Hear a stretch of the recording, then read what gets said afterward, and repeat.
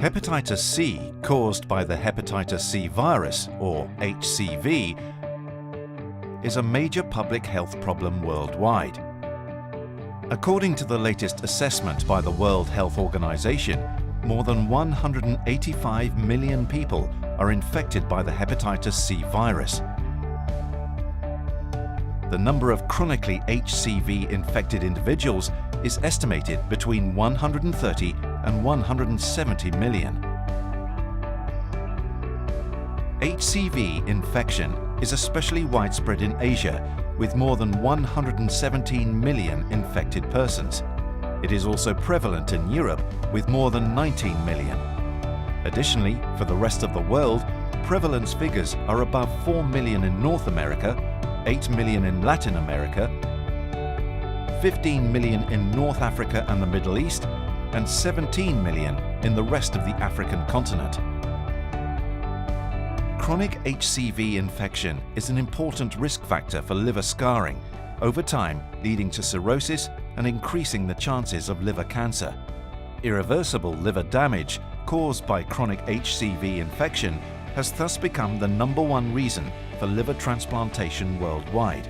Left undiagnosed, chronic HCV can lead to serious health consequences. Additionally, every year, 350,000 to 500,000 people die from hepatitis C-related diseases. Chronic HCV infection occurs after an acute phase during which approximately 80% of people remain asymptomatic. Once infected, 15 to 25% of people will clear the HCV infection spontaneously, without treatment. But if the HCV is not eliminated within 6 months, the other 75 to 85% of individuals will go on to develop chronic hepatitis C. It is this chronic inflammation of the liver that leads to scarring or fibrosis, and over time, 20 to 30 years, cirrhosis in 10 to 20%. Most persons with HCV infection remain undiagnosed, and few have access to HCV testing. National testing policies are needed, as are increased investments in hepatitis C screening services based on the best assessment of the prevalence of HCV infection in the general population and in key populations. Most of these individuals were infected over 20 years ago, and the slow progression of the disease is now becoming a larger issue for the HCV community.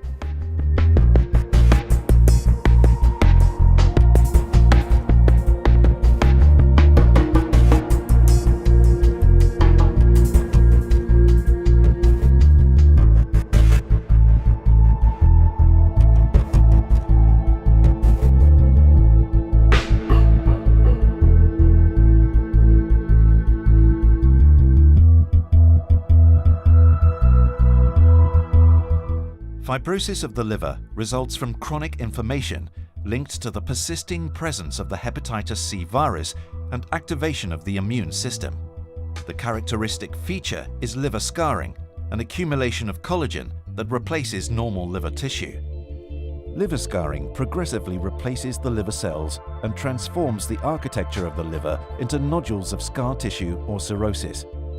This also severely congests the blood flow in the liver and, with time, may lead to high pressures inside the vessels supplying the liver. The degree of fibrosis can be assessed by liver biopsy, a preferred method for fibrosis assessment. An international scoring system called METAVIR has been established to measure the degree of liver scarring. The METAVIR score presently is one of the preferred approaches to assess the degree of fibrosis on liver biopsy.